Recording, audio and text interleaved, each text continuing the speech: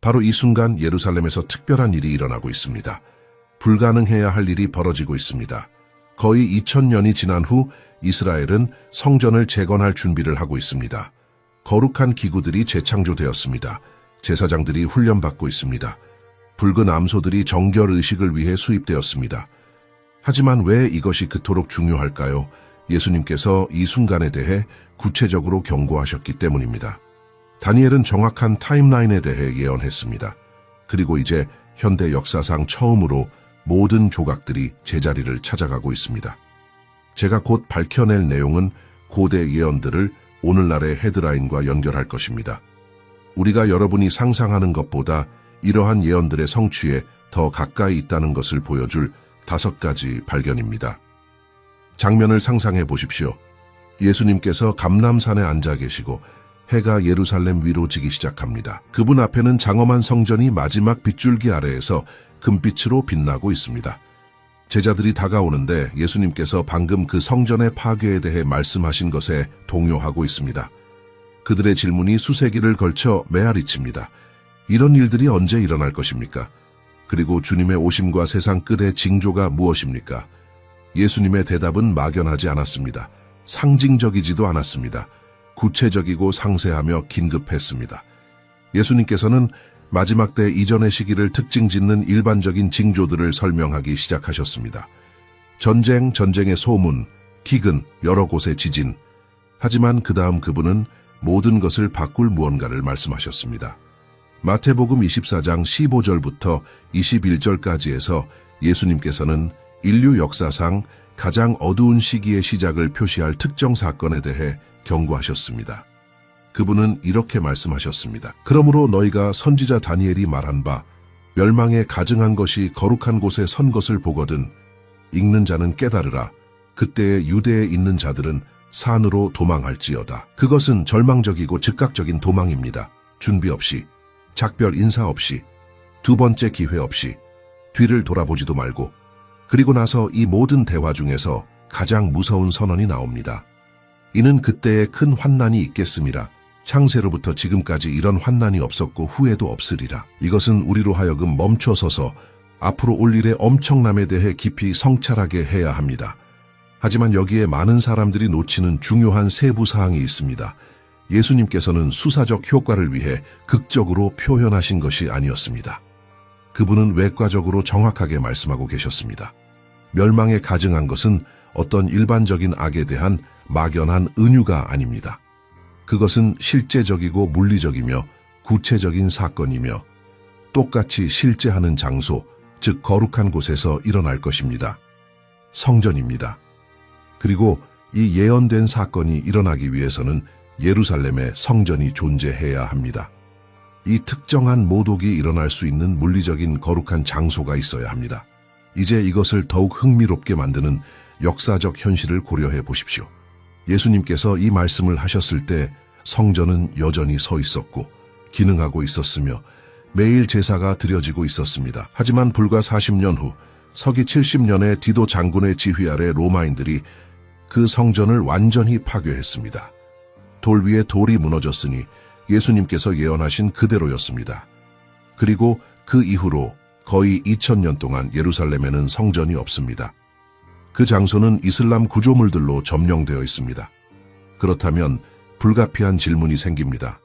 성전 없이 거룩한 곳에서의 가증한 것에 대한 예수님의 구체적인 예언이 어떻게 성취될 수 있을까요?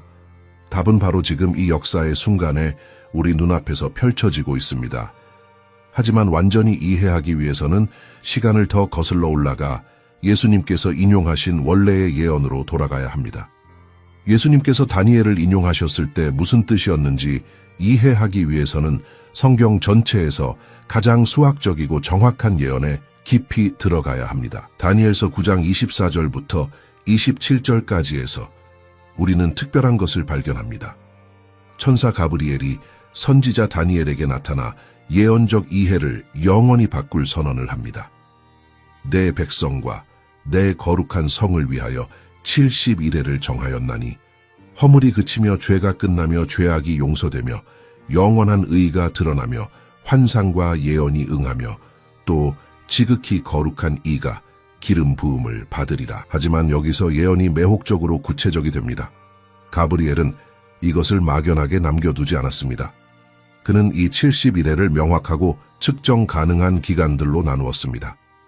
먼저 7일회, 즉 49년은 바벨론 포로 생활 후 예루살렘 재건을 위한 것입니다.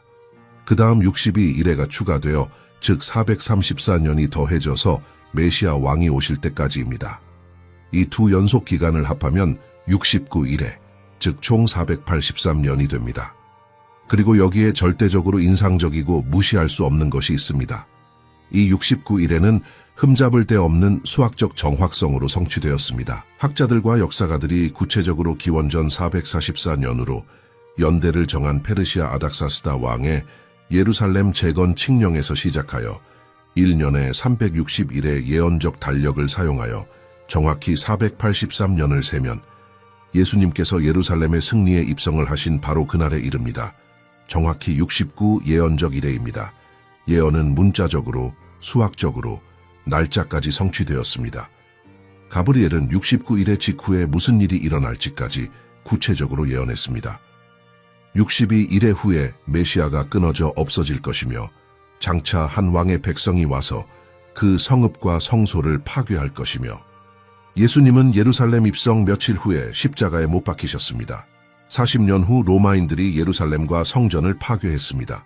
모든 것이 완벽하게 초자연적인 정확성으로 성취되었습니다. 하지만 잠깐만요. 총 70일회인데 69일회가 이미 완전히 성취되었다면 마지막 70째 일회는 어떻게 되었습니까?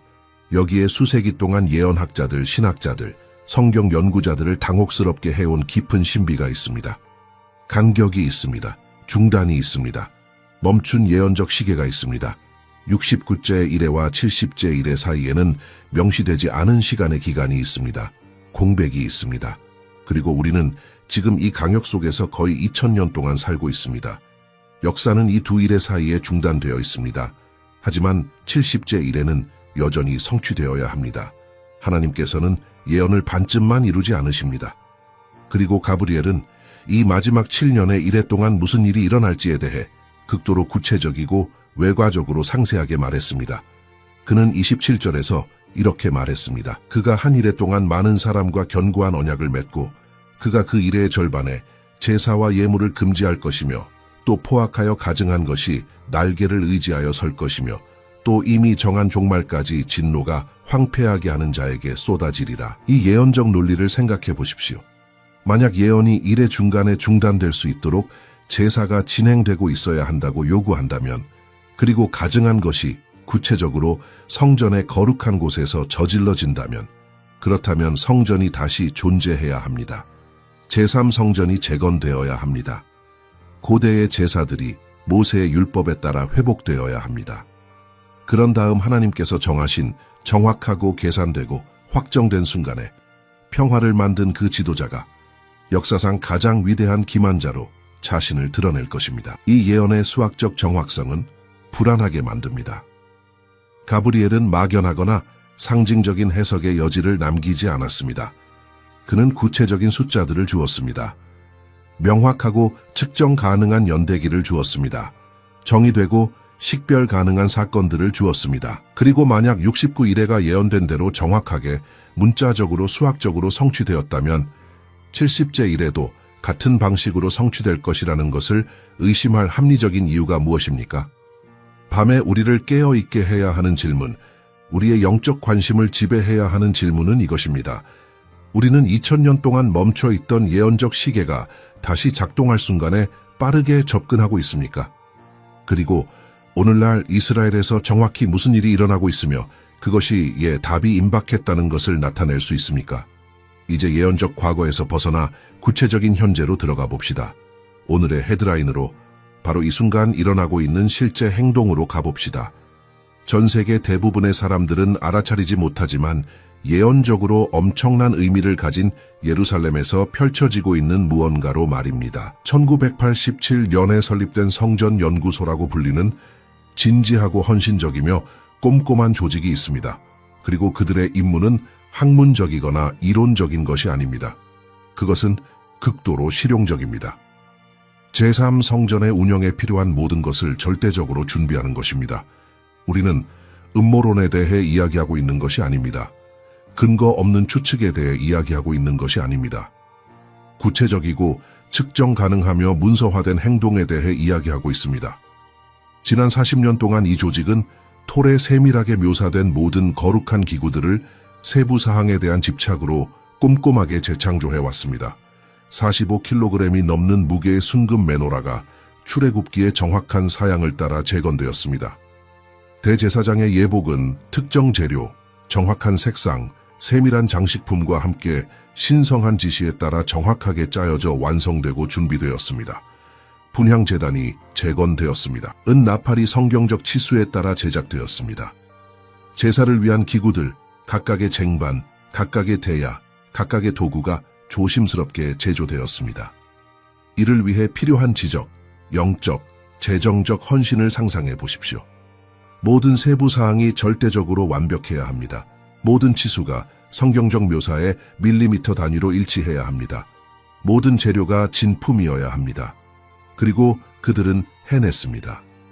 수십 개의 기구들이 준비되어 전시되고 기다리고 있습니다. 모든 것이 준비되었습니다. 모든 것이 단순히 기다리고 있습니다. 무엇을 기다리고 있습니까? 성전이 마침내 예루살렘의 산에 재건될 수 있는 예언적 순간을 기다리고 있습니다. 하지만 준비는 물리적 기구에서 멈추지 않습니다. 2022년 4월에 전 세계 정통 랍비들이 주목하게 만든 절대적으로 특별한 일이 일어났습니다. 5마리의 완벽한 붉은 암소가 미국 텍사스에서 이스라엘로 수입되었습니다. 대부분의 사람들에게 이것은 무관해 보일 수 있습니다. 하지만 성경 예언을 이해하는 사람들에게 이것은 지진과 같습니다. 왜일까요? 민수기 19장에서 하나님께서는 성전에서 어떤 봉사가 시작되기 전에 필요한 의식적 정결을 위해 절대적으로 구체적이고 협상 불가능한 요구사항을 정하셨기 때문입니다. 아무 흠도 없고 멍에를 메어본 적이 없는 완벽한 붉은 암송아지가 희생되어야 하며 그 재가 정결의 물에 사용되어야 합니다. 이러한 암소들은 자연에서 극히 드뭅니다. 랍비의 요구사항은 극도로 구체적이고 엄격합니다. 동물의 온몸에 다른 색의 털이 2가닥도 있어서는 안 됩니다. 어떤 얼룩도 없어야 합니다. 어떤 불완전함도 없어야 합니다. 제2성전의 파괴 이후 2000년 동안 이스라엘은 필요한 사양에 맞는 이러한 암소에 접근할 수 없었습니다. 하지만 이제 수천 년 만에 처음으로 이스라엘에 5마리의 후보가 있습니다. 그리고 전문 랍비들이 이미 이 동물들을 검사하고 그들이 엄격한 성경적 요구사항을 충족한다고 공개적으로 선언했습니다. 예언적 시계가 더 크게 째깍거리고 있습니다. 그리고 무대 뒤에서는 더 많은 일이 일어나고 있습니다. 70년 성전 파괴와 함께 해산된 이래로 존재하지 않았던 70일 명예회원으로 구성된 유대 종교 의회인 사네드린이 2004년에 공식적으로 재설립되었습니다. 아론의 제사장 지파의 직계 후손인 레위인들이 정교한 미토콘드리아 DNA 검사를 통해 식별되고 20세기 동안 수행되지 않았던 성전의 복잡한 의식에 대해 훈련받고 있습니다. 젊은 유대 제사장들이 제사 헌물 정결 의식, 지성소의 절차에 대한 정확한 절차를 꼼꼼하게 배우는 전문 학교들이 문을 열었습니다. 성전연구소는 또한 제3성전을 위한 완전하고 상세하며 구조적인 건축 계획을 이미 만들었습니다. 그것들은 막연하거나 개념적인 스케치가 아닙니다. 정확한 치수, 구조 계산, 재료 사양을 갖춘 진지한 공학 프로젝트입니다. 그들은 각 방이 정확히 어디에 있을지 알고 있습니다. 지성소가 성경적 치수에 따라 어떻게 건설될지 알고 있습니다. 분리의 휘장이 어디에 걸릴지 알고 있습니다. 뜰들이 어떻게 조직될지 알고 있습니다. 모든 것이 가장 세세한 부분까지 계획되었습니다. 이제 멈춰서 저와 함께 생각해 보십시오. 성전이 실제로 재건될 것이라는 깊고 흔들리지 않는 확신이 없다면 누가 수십 년의 작업, 수백만 달러, 시간, 에너지, 헌신에 측정할 수 없는 자원을 투자하여 이 모든 것을 꼼꼼하게 준비하겠습니까? 이스라엘은 이것을 학문적 역사 연습으로 하고 있는 것이 아닙니다. 그것은 고대 호기심의 박물관이 아닙니다. 그들은 진정으로 절대적인 믿음으로 이것이 그들의 시대에 일어날 것이라고 믿습니다. 그리고 긴급하게 준비하고 있습니다. 하지만 성경 예언을 아는 모든 사람이 멈춰서 완전히 주목하게 만들어야 하는 부분이 여기 있습니다. 다니엘의 예언이 묘사된 대로 성취되고 예수님께서 경고하신 대로 거룩한 곳에서 멸망에 가증한 것이 일어나고 적그리스도가 지성소에 들어가 자신을 하나님이라고 선포하려면 이 모든 꼼꼼한 준비가 절대적으로 필요합니다. 성전이 물리적으로 존재해야 합니다. 제사가 매일 진행되고 있어야 합니다. 제사장들이 섬기고 있어야 합니다. 그리고 현대 유대 역사 2000년 만에 처음으로 이스라엘은 이것이 일어나기 위해 필요한 모든 것을 문자 그대로 준비했습니다. 점점 더 긴급하게 수세기를 걸쳐 울려 퍼지는 예언적 질문은 이것입니다. 언제입니까? 이것이 언제 시작될 것입니까? 언제 조약이 서명될 것입니까? 언제 성전이 세워질 것입니까? 그리고 징조들의 수렴에 기초한 답은 대부분이 상상하거나 받아들일 준비가 된 것보다 더 가깝고 더 임박할 수 있습니다. 하지만 다가올 일의 엄청남을 완전히 이해하려면 역사를 뒤돌아보고 매우 유사한 것이 이미 예언적 미리 보기로 일어났던 어두운 순간을 살펴봐야 합니다. 역사는 시간을 통해 메아리치는 독특한 방식을 가지고 있으며 경고 역할을 하는 패턴으로 반복됩니다. 그리고 미래를 위한 예언적 창으로 아직 올 공포의 미리 보기로 사용되는 유대 과거의 특정 사건이 있습니다. 기원전 167년 안티오쿠스 에피파네스 4세라는 그리스 시리아 지도자가 예루살렘을 통제하는 셀르코스 제국을 통치했습니다. 그의 이름은 신이 나타난을 의미하며 그는 진정으로 자신이 지상에서 즈스의 화신이라고 믿었습니다. 그리고 바로 이 신성 모독적인 오만함이 그를 유대 역사 전체에서 가장 신성 모독적인 행위 중 하나를 저지르게 만들었습니다. 안티오쿠스는 구체적이고 의도적인 목표를 가지고 예루살렘을 침략했습니다. 지구상에서 유대교를 완전히 근절하는 것이었습니다. 그는 사형을 선고하며 이스라엘의 하나님께 대한 예배를 공식적으로 금지했습니다. 유대 소년들의 할례를 금지했습니다. 거룩한 안식일의 준수를 금지했습니다. 토라의 모든 사본을 찾아 공개적으로 불태우도록 명령했습니다. 참 하나님을 예배하거나 성경을 공부하거나 계명을 실천하다 붙잡힌 유대인은 잔인한 방법으로 공개 처형되었습니다.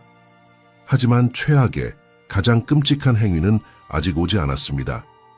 그 끔찍한 해 12월 25일에 안티오쿠스 에피파네스가 자신의 군대와 함께 개인적으로 예루살렘 성전에 들어갔습니다. 유대 민족에게 절대적인 공포를 상상해 보십시오. 그는 살아있는 돼지를 유대 율법에 의해 절대적으로 부정한 것으로 여겨지는 동물, 바로 불결의 표현을 가져와서 오직 순수하고 거룩한 제사만이 하나님께 드려져야 하는 거룩한 제단 위에서 의도적으로 희생했습니다. 부정한 동물의 피가 하나님의 거룩함이 존중되던 장소를 의도적으로 더럽힌 것입니다. 하지만 가증한 것은 거기서 끝나지 않았습니다. 안티오쿠스는 성전의 가장 거룩한 장소인 지성소의 올림포스 제우스의 거대한 동상을 쓰도록 명령하고 모든 유대인이 그 이교도 형상에 절하고 예배하도록 요구했습니다. 그것은 역사적인 멸망에 가증한 것이었습니다. 그것은 정확히 예언적 정확성으로 다니엘이 북방왕이 성소를 더럽힐 것이라고 그의 책 11장에서 수세기 전에 예언했던 것이었습니다. 성전의 고의적인 모독, 거룩한 제사의 강제 중단, 거짓 예배의 잔인한 강요, 모든 것이 거기 있었고 문자적으로 성취되었습니다. 그리고 결과는 이스라엘에게 파괴적이었습니다. 이것은 수년간 지속되고 수천 명의 목숨을 앗아간 유대 저항의 피비린내, 나는 전쟁인 유명한 마카버 반란을 촉발했습니다. 하지만 여기에 우리가 놓칠 수 없는 중요한 예언적 세부 사항이 있습니다. 안티오쿠스 에피파네스가 다니엘 예언의 중요한 측면들을 성취했더라도, 그가 문자적으로 성전을 더럽히고 황폐를 일으켰더라도 예수 그리스도께서는 이 사건들이 있은 지 400년 후에 마태복음 24장에서 여전히 멸망에 가증한 것을 미래의 것으로 경고하셨습니다. 그러므로 너희가 볼 때에 미래 시제입니다. 아직 일어나지 않은 것입니다. 여전히 앞에 있는 것입니다. 이것이 예언적으로 무엇을 의미합니까? 안티오쿠스가 부분적 성취였고 리허설이었고 말세에 여전히 일어날 일의 예언적 유형이었다는 것을 의미합니다. 하나님께서는 역사가 우리에게 시각적으로, 구체적으로, 그것이 다시 일어날 때 어떻게 보일지를 보여주도록 허락하셨지만 세계적 규모와 최종적 결과를 가지고 말입니다. 자신을 신성하다고 여기는 오만한 지도자, 고의적이고 계산된 모독, 자신의 신성에 대한 신성 모독적 선언, 예배에 대한 폭압적 요구, 그리고 나서 전례 없는 황폐함, 역사적 리허설이 절망적인 국가 반란을 촉발하고 오늘날까지 한우카로 기념되는 유대 역사의 결정적 이정표가 될 만큼 충격적이었다면 본 행사 최종 성취가 어떨지 상상해 보십시오. 안티오쿠스는 제2성전을 더럽혔습니다. 하지만 미래의 지도자는 제3성전을 더럽힐 것입니다. 안티오쿠스는 중동의 한 지역만 통제했습니다. 하지만 다음 지도자는 전 세계를 통제할 것입니다. 안티오쿠스는 유대인들을 박해했습니다. 하지만 적그리스도는 그를 경배하기를 거부하는 모든 사람, 유대인과 기독교인을 박해할 것입니다. 역사가 우리에게 예언적 패턴을 보여주었습니다. 그리고 그 패턴은 무한히 더 중요하고 더 세계적이며 더 파괴적인 최종 성취를 가리키고 있습니다. 무대는 이미 역사에서 한 번 설치되었습니다. 그리고 지금 우리 눈앞에서 다시 설치되고 있습니다. 하지만 이번에는 인간 드라마의 마지막 막을 위한 것입니다. 다니엘이 예언한 지도자에 대해 직접 이야기해 봅시다. 올 왕입니다. 불법의 사람입니다. 신약 성경이 적그리스도라고 부르는 자입니다. 그리고 여기에 많은 기독교인들이 완전히 이해하지 못하는 중요한 것이 있습니다. 그는 명백한 악당으로 세계 무대에 나타나지 않을 것입니다. 그는 뿔과 검은 망토를 입고 자신이 악 그 자체라고 선포하며 나타나지 않을 것입니다. 오히려 그 반대입니다. 그는 인류의 문제들에 대한 해답으로 올 것입니다. 구원자로, 평화를 만드는 자로, 절망적인 세상이 기다리던 해결책으로, 전체적인 세계 혼란의 순간에 나타나는 극도로 카리스마 넘치는 정치 지도자를 상상해 보십시오. 확대되는 지역 전쟁들, 무너지는 경제들, 분열된 사회들, 그리고 이 사람이 최면을 거는 듯한 웅변, 찬란한 지성, 저항할 수 없는 카리스마로 절대적으로 해결 불가능해 보였던 문제들에 실제로 작동하는 해결책을 제시하기 시작합니다. 그는 역사적으로 분열된 나라들을 통합하는 데 성공합니다. 그는 끝없는 갈등으로 포화된 세상에 진정한 평화를 약속합니다. 이것이 바로 성경이 걱정스러운 세부 사항으로 묘사하는 프로필입니다. 다니엘서 7장 8절에서 그는 사람의 눈 같은 것과 큰 말을 하는 입을 가진 것으로 묘사됩니다. 요한계시록 13장 5절에서는 구체적으로 또 짐승이 과장되고 신성 모독을 말하는 입을 받았다고 말합니다. 하지만 이러한 오만하고 신성 모독적인 특성들은 후반부의 두 번째 절반에 나올 것입니다. 그의 통치 초기에 그는 널리 존경받고 존경받으며 자발적으로 따름을 받을 것입니다. 그리고 그는 해결 불가능한 것으로 여겨져 온 갈등을 해결할 것입니다. 중동의 상황, 특히 이스라엘과 관련된 것입니다. 그는 다니엘이 예언한 극도로 구체적인 무언가를 통해 이것을 할 것입니다. 평화 조약입니다. 9장 27절에서 다니엘은 그가 한 이래 동안 많은 사람과 언약을 맺을 것이다 라고 씁니다. 7년입니다. 이스라엘 팔레스타인 문제, 아랍 국가들과의 긴장, 예루살렘을 둘러싼 종교적 갈등을 마침내 해결하는 것처럼 보일 국제평화협정입니다. 그리고 여기에 이 조약에 절대적으로 천재적이고 기만적인 부분이 있습니다. 그것은 이스라엘이 2000년 동안 원했던 것을 보장할 것입니다. 예루살렘의 산에 성전을 재건할 권리입니다. 이것의 정치적 엄청남을 생각해 보십시오. 성전산은 단순히 분쟁 지역이 아닙니다. 그것은 전체 행성에서 가장 폭발적이고 가장 민감하며 가장 종교적으로 부하가 걸린 장소입니다. 거기에는 이슬람의 가장 신성한 장소 중 하나인 바위의 돔이 있습니다. 그것을 제거하고 유대 성전을 건설한다는 단순한 제안만으로도 여러 국가를 포함하는 즉각적인 지역 전쟁을 촉발할 것입니다. 하지만 이 지도자는 외교적으로 불가능한 해결책을 찾을 것입니다. 아마도 그 장소를 공유하는 기발한 협정일 것입니다. 아마도 그는 바위의 돔 옆에 성전을 재건하도록 협상할 것입니다. 기적처럼 보이는 어떤 방법으로든 그는 불가능한 것을 달성할 것입니다. 그리고 그것이 일어날 때 이스라엘은 그를 오랫동안 기다려온 메시아로 볼 것입니다. 마침내 고통스러운 기다림의 2000년 후에 그들은 모세의 율법에 따라 성전에서 다시 예배할 수 있을 것입니다. 고대의 제사들이 서기 70년 이후 처음으로 회복될 것입니다. 거룩한 의식들이 돌아올 것입니다. 그것은 전례 없는 국가적 황홀경의 순간, 유대 민족을 위한 예언적 성취, 여러 세대의 희망 끝에 마침내 실현되는 꿈이 될 것입니다. 이스라엘은 깊은 감사, 새로운 희망, 이 지도자에 대한 완전한 신뢰로 이 평화 조약에 서명할 것입니다. 이 7년 협정의 처음 3년 반 동안 모든 것이 절대적으로 완벽해 보일 것입니다. 그 지역에는 진정한 평화가 있을 것입니다. 전례 없는 경제적 번영이 있을 것입니다. 그 지도자는 존경받을 뿐만 아니라 사랑받고 세계적으로 존경받으며 아마도 많은 사람들에 의해 경배받을 것입니다. 그의 영향력은 전 행성에 퍼질 것입니다. 그는 혁명적인 경제 해결책을 가져올 것입니다. 은행, 상업, 정치 시스템을 통합할 것입니다. 모두에게 유익하고 효율적이며 공정해 보이는 새로운 세계 질서를 창조할 것입니다. 사람들은 그것이 작동하기 때문에 자발적으로 그의 지도력을 받아들일 것입니다. 결과를 가져오기 때문입니다. 삶이 나아지기 때문입니다. 하지만 정확히 이래의 중간 3년 반의 지점에서 모든 것이 극적으로 그리고 끔찍하게 변할 것입니다. 다니엘서 9장 27절은 구체적으로 말합니다. 그 이래의 절반에 제사와 예물을 금지할 것이다. 갑자기 경고 없이 평화를 만드는 자가 억압자가 될 것입니다. 보호자가 모독자로 자신을 드러낼 것입니다.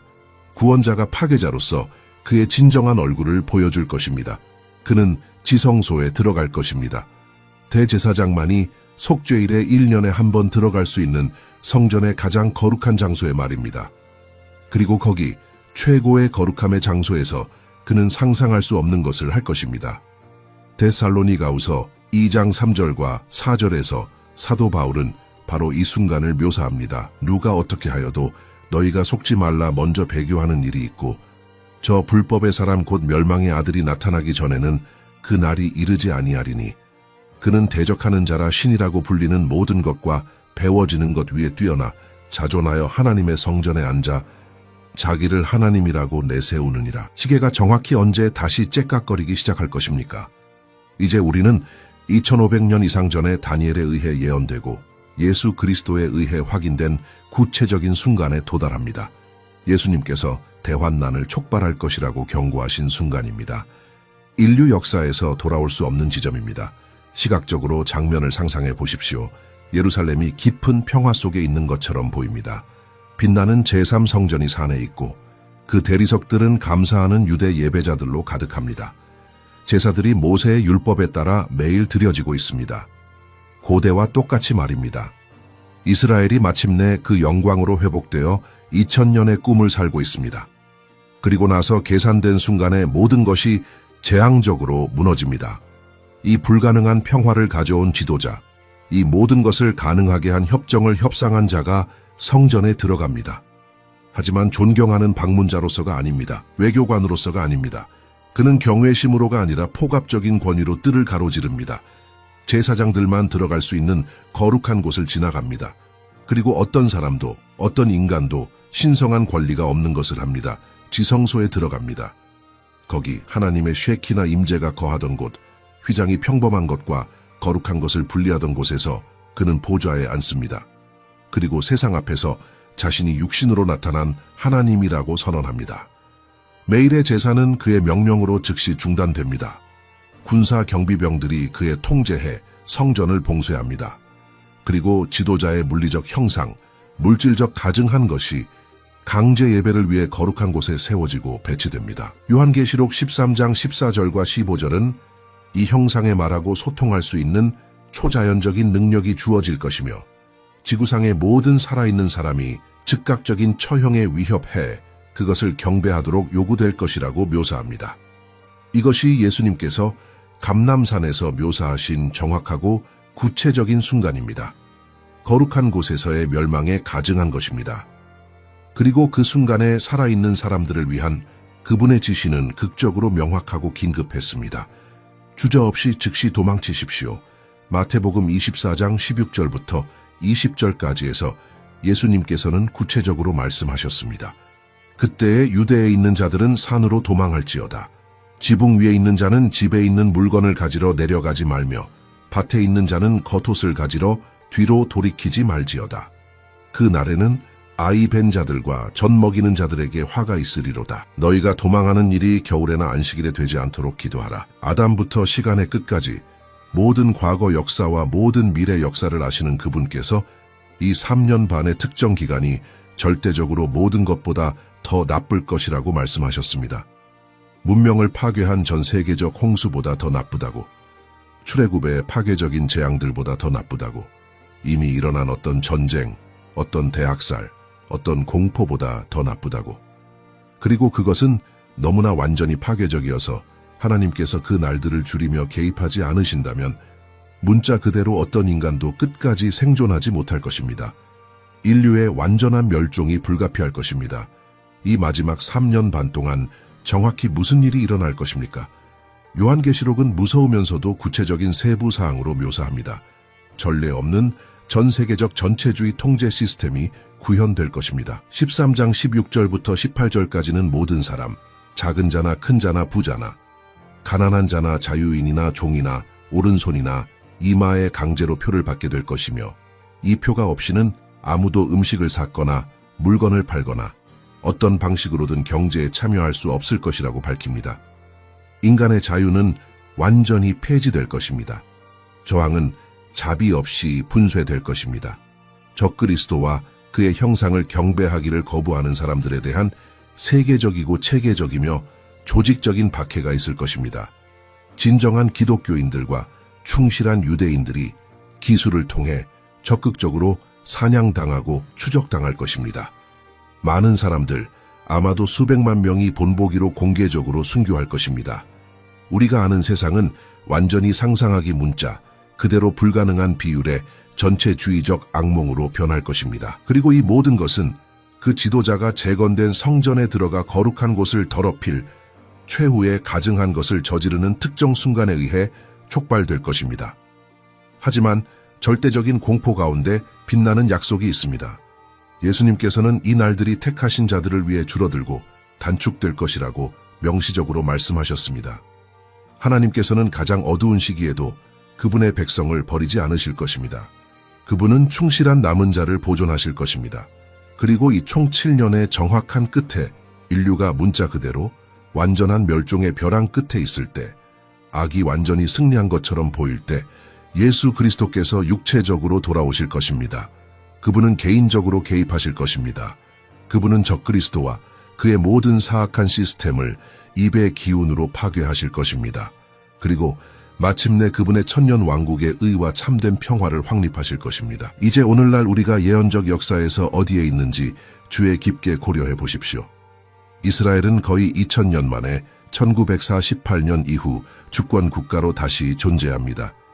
예루살렘은 1967년 6일 전쟁 이후 완전히 유대인의 통제해 있습니다. 성전의 거룩한 기구들이 꼼꼼하게 준비되어 있습니다. 필요한 붉은 암소들이 물리적으로 이스라엘에 있습니다. 레위 제사장들이 식별되고 훈련되었습니다. 제3성전의 완전한 건축 계획이 완료되었습니다. 절대적으로 필요한 모든 예언적 조각들이 올바른 위치에 있습니다. 예언적 타임라인이 공식적으로 활성화되었습니다. 그리고 이것은 우리를 불가피하게 깊고 긴급하며 개인적인 성찰로 이끕니다. 우리가 이러한 천년의 예언들이 완전히 성취되는 것을 볼 특정 세대에 살고 있습니까? 수렴하는 징조들이 역사상 이렇게 명확했던 적이 없습니다. 예언적 정확성이 이렇게 분명했던 적이 없습니다. 그리고 진정한 영적 준비를 위한 시간이 이렇게 긴급했던 적이 없습니다. 우리는 방금 수세기의 역사, 예언, 그리고 인간 타임라인의 단일하고 불가피한 순간으로 수렴하는 현대적 징조들을 가로지르는 예언적 여정을 걸어왔습니다. 감람산에서의 예수님의 구체적이고 긴급한 경고부터 바로 이 순간 예루살렘에서 일어나고 있는 꼼꼼한 준비까지, 복잡한 예언적 퍼즐의 각각의 개별 조각이 단순히 우연이나 인간의 조작일 수 없는 수학적 정확성으로 맞춰지고 있습니다. 다니엘의 70일에는 막연한 은유나 추상적인 상징이 아닙니다. 그것들은 하나님께서 주신 정확한 연대표입니다. 그리고 이 일회들 중 69개가 이미 예언된 대로 정확하게 문자적으로 수학적으로 성취되었습니다. 마지막 70제 일회가 지금 우리 앞에 있으며 7년의 최종 계산을 시작하기 위해 하나님께서 정하신 정확한 순간만을 기다리고 있습니다. 당신이 개인적으로 이러한 예언적 정보로 무엇을 하느냐는 미래 사건에 대한 흥미로운 지적 지식 이상의 것을 결정합니다. 그것은 진정한 영적 준비를 결정합니다. 의식적인 경계를 결정합니다. 이러한 예언들이 빠르게 펼쳐지기 시작할 때 당신이 어디에 있을지를 결정합니다. 우리는 동시에 특권적이고 무서운 세대에 살고 있습니다. 특권적인 이유는 이전 세대의 신자들이 성취되는 것을 보기를 꿈꾸기만 했던 구체적인 예언적 징조들을 우리 자신의 눈으로 목격할 수 있기 때문입니다. 무서운 이유는 이 독특한 특권과 함께 심각한 영적 책임이 따르기 때문입니다. 주에 깊게 깨어 있을 책임입니다. 시대의 징조를 분별할 책임입니다. 예수 그리스도와의 진정한 관계를 통해 영적으로 준비될 책임입니다. 그것은 절대적으로 마비시키는 두려움 속에서 사는 것이 아니라 현명하고 정보에 입각한 경계 속에서 사는 것입니다. 그것은 아무도 알 수 없는 특정 날짜에 대한 병적인 집착이 아니라 우리가 살고 있는 시대에 대한 깊은 이해입니다. 예수님께서는 우리를 편리한 예언적 무지로 부르지 않으셨습니다. 그분은 우리를 정보에 입각하고 의식적이며 적극적인 경계로 명시적으로 부르셨습니다. 하지만 무엇보다도 모든 예언적 세부 사항 위에 예수 그리스도를 구주이자 주님으로 개인적으로 아는 사람들을 위한 빛나고 영광스러운 희망이 있습니다. 환난이 절대적으로 실제하고 마지막 시기가 인간의 이해를 넘어서 파괴적이지만 구원의 신성한 약속은 똑같이 실제하고 똑같이 확실하며 똑같이 보장됩니다. 가증한 것이 일어나기 전에 70제 일회가 공식적으로 시작되기 전에 참된 교회를 위한 탈출, 휴거의 명확한 성경적 약속이 있습니다. 그리고 환난의 가장 어두운 날들 동안에도 하나님께서는 그 기간 동안 믿음에 올 유대인과 이방인의 충실한 남은 자를 초자연적으로 보존하실 것입니다. 예언적 종말은 그리스도를 신뢰하는 사람들을 위한 파괴가 아닙니다. 그것은 영광스러운 구속입니다. 그것은 완전한 회복입니다. 그것은 의와 평화와 참된 기쁨의 영원한 왕국의 시작입니다. 역사의 이 순간에 문자 그대로 우리 눈앞에서 펼쳐지는 이러한 구체적인 예언적 징조들을 체계적으로 계속 탐구하고 싶다면 저는 여러분을 이 헌신적인 채널을 구독하도록 따뜻하게 초대합니다. 우리는 고대 예언들을 오늘의 헤드라인과 연결하는 현대 사건들에 대해 성경에 탄탄하게 근거한 진지하고 깊은 분석을 제공하는데 절대적으로 헌신하고 있습니다. 성경에 따라 앞으로 올 일의 모든 측면을 꼼꼼하게 깊이 파고드는 종말 예언에 관한 우리의 완전하고 포괄적인 재생 목록을 시청하십시오. 대부분의 사람들이 단순히 알아차리지 못하거나 무시하는 예언적 점들을 연결하는 채널의 다른 비디오들을 탐색하십시오. 이것은 진지한 영적 대화, 성경에 대한 깊은 성찰, 우리가 살고 있는 시대를 진정으로 이해하는 신자들의 강한 공동체를 위한 역사의 중요한 순간입니다. 이러한 주제에 대한 여러분의 관찰, 질문, 자신의 연구를 공유하는 댓글을 남겨주십시오. 정보에 입각한 경계와 흔들리지 않는 희망의 이 여정을 함께 걸어갑시다. 왜냐하면 예언적 징조들이 이렇게 극적으로 명확하다면 개인적인 영적 준비는 훨씬 더 명확하고 더 의도적이며 더 긴급해야 하기 때문입니다. 하나님께서 여러분을 깊은 영적 분별력과 인간의 이해를 완전히 초월하는 초자연적인 평화로 풍성하게 축복하시기를 바랍니다. 다음 비디오까지 경계하십시오. 충실하십시오. 그리스도 안에 거하십시오.